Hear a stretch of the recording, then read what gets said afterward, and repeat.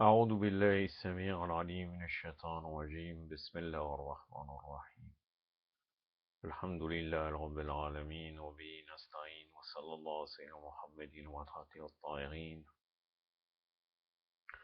وعلى الله عليهم أجمعين من الآن إلى قيام يوم الدين. Toujours dans la série de la jurisprudence de la secte Bakri, nous arrivons à la prière des signes.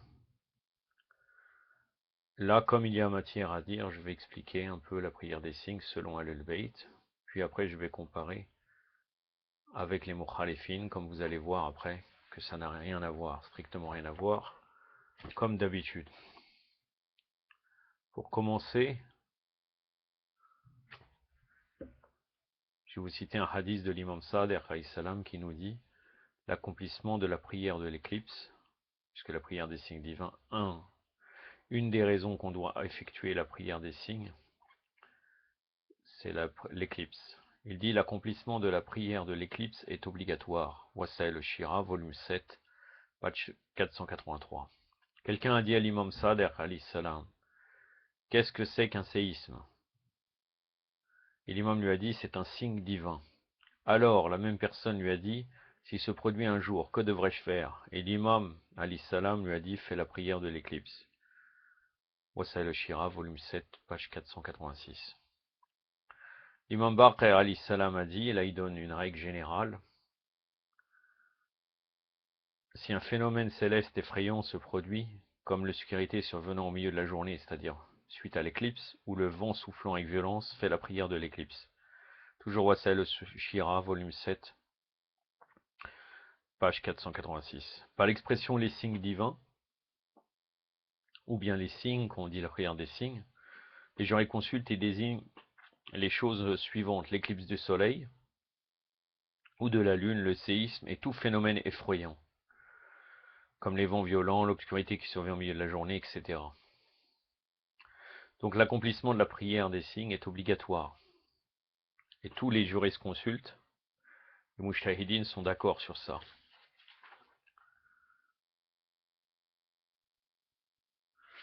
Donc le moment de la prière des signes, c'est au début, ça commence au début de l'éclipse, par exemple, ou au début du phénomène.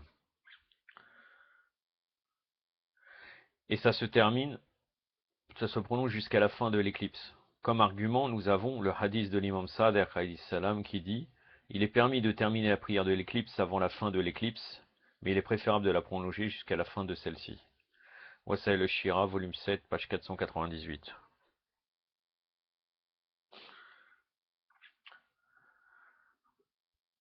Voilà. On ne va pas rentrer dans les différences. On n'est pas en train d'expliquer la prière des signes, de donner un cours de fiqh sur ce sujet-là, puisque notre but c'est de comparer entre les mukhalifin et nous. Donc pour les détails, vous revenez, Inch'Allah, au Risala, Armalia, de ceux que vous suivez comme Mujtahid. Maintenant, comment l'effectuer? Ça c'est important. L'imam Baqir et l'imam Sadiq alayhi salam ont dit, la prière de l'éclipse du soleil ou de la lune et celle du séisme se font en 10 rakas et 4 sajdas. C'est-à-dire, non pardon, là c'est pas 10 rakas, c'est 10 recours. Il y a une erreur. Et 4 sajdas. Donc ça veut dire il y a 2 rakas de prière et 10 recours, 10 inclinaisons. À chaque raka, il y a 5 inclinaisons. Donc là, il dit, se font en 10 recours et 4 sajdas. C'est-à-dire, il faut faire 2 fois de suite 5 recours. Il y a vraiment une erreur là, suivi d'un soujoud. Il faut faire 2 fois de suite 5 recours, suivi d'un soujoud. 5 inclinaisons, suivi d'un soujoud. Pendant chaque raka, tu pourras réciter soit une sourate complète, soit une partie d'une sourate. Si tu choisis de réciter une sourate complète, tu devras réciter la Fatiha avant elle. Et si tu choisis de réciter une partie d'une sourate, tu pourras le contenter de réciter la Fatiha au début de la première raka et juste avant de commencer une nouvelle sourate. Ne prononce la formule Sami Allahu liman hamida qu'après le 5e ruku. Donc en fait, il y a 2 rakas. Dans la première raka, nous récitons Fatiha et après nous pouvons diviser une sourate en 5 parties, ou bien nous récitons 5 sourates à chaque fois, à chaque roukou. C'est-à-dire à chaque fois qu'on se relève d'un roukou, on récite une autre sourate. Mais dans les roukou, on peut diviser à chaque fois, on dit une partie du sourate qu'on divise en 5 parties. C'est-à-dire par exemple si on récite Qul Huwallahu Ahad, on récite Fatiha, Bismillah ar-Rahman ar-Rahim, et on fait roukou, on se relève, Sami Allahu liman hamida, Qul Huwallahu Ahad, et on continue. Bon, je vais expliquer rapidement, donc comme il est marqué dans le livre, et je vais m'arrêter là et je vais citer après la jurisprudence des Mukhalifin. Donc les jurés consultes ont tous pris en considération le hadith que je viens de citer. Le hadith que je viens de citer dans Wasal al-Shira, volume 7, page 492 et 495. Donc pour faire la prière des signes divins à la suite de l'éclipse, du séisme ou d'un phénomène céleste effrayant, il faut d'abord faire un niya, l'intention de se rapprocher d'Allah Azzawajal, et faire takbiratul ihram, Allahu Akbar. Ensuite, il faudra réciter 5 fois de suite la Fatiha et une autre sourate après laquelle il faudra faire un recours. Ça, c'est dans le cas où on fait 5 sourates différentes. À la fin du 5e recours, il faudra faire un sujoud. À la fin de la 2e sajda, il faudra se redresser pour faire la 2e raka de la même façon que la première. Après le 10e recours, c'est-à-dire le 5e recours de la 2e raka, il faut faire al-kunut, puis al-sujoud. Pour terminer, il faudra faire al-tashahoud et al-taslim. Il est recommandé de prononcer la formule Sami Allahu liman hamida juste avant de faire al-sujoud.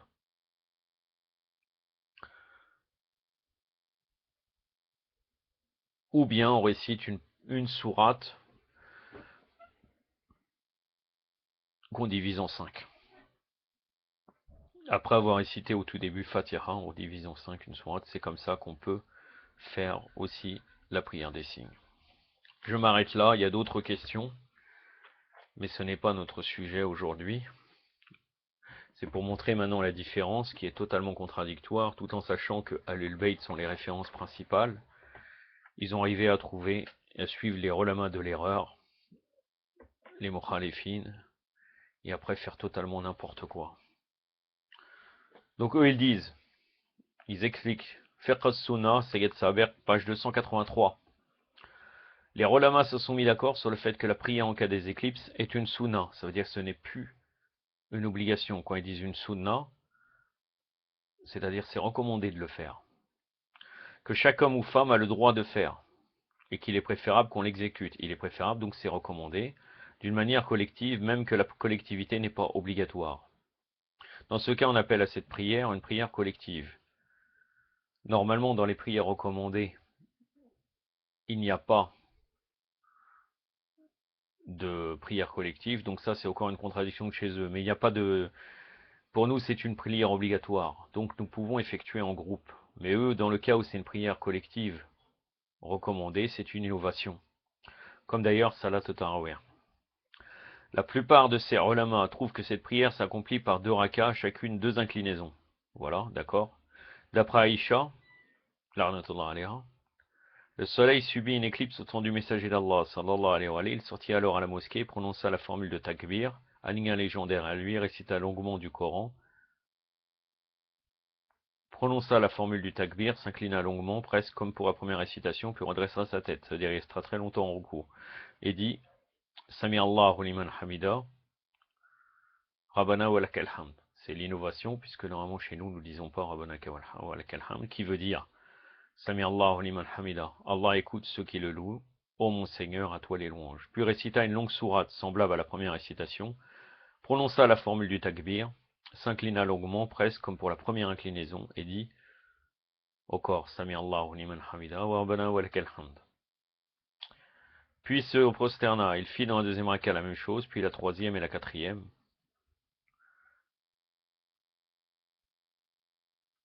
Le soleil se dégage avant qu'il ne quitte la prière, il se leva alors, rassembla les gens, loua Allah et dit, le soleil et la lune sont 2 signes parmi les signes d'Allah. Qui ne s'éclipse pas à cause de la mort ou de la naissance de quelqu'un, lorsque vous voyez une éclipse, hâtez-vous pour la prière.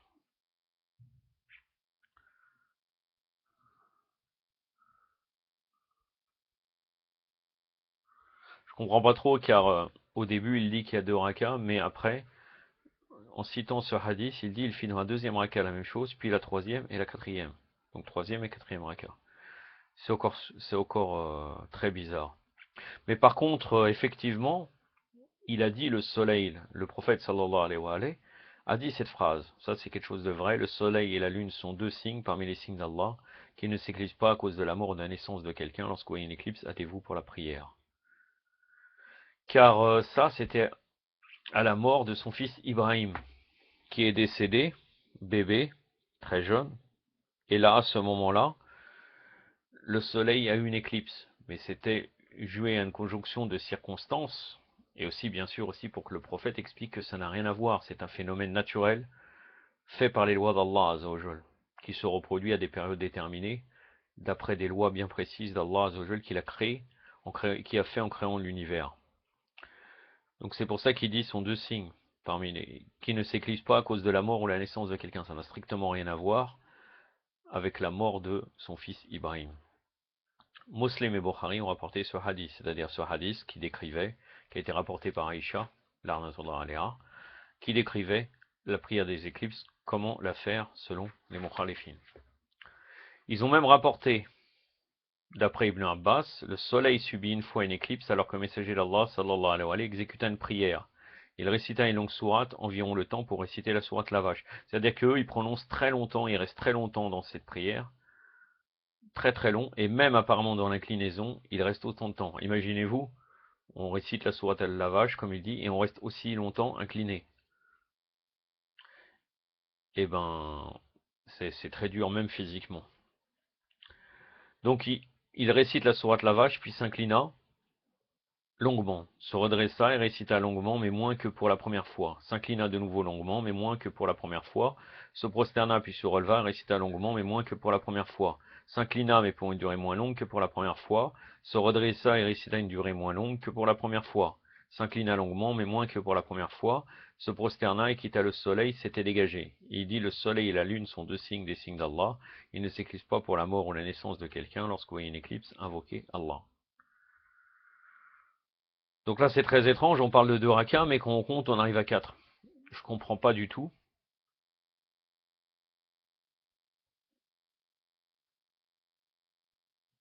Il se redressa, récita longuement, mais moins que pour la première fois. S'inclina de nouveau longuement, mais moins que pour la première fois. Se prosterna, puis se releva longuement, mais moins que... Donc là, il y aurait éventuellement 4 roucous. C'est ambigu, mais c'est ça apparemment. Mais il n'explique pas vraiment. Ibn Abdul Bar a dit, ces deux hadiths sont les plus authentiques à ce propos. Ibn al-Qayyim, le disciple d'Ibn Taymiyyah, a dit, d'après la tradition authentique concernant la prière des éclipses, il faut répéter l'inclinaison à chaque raka.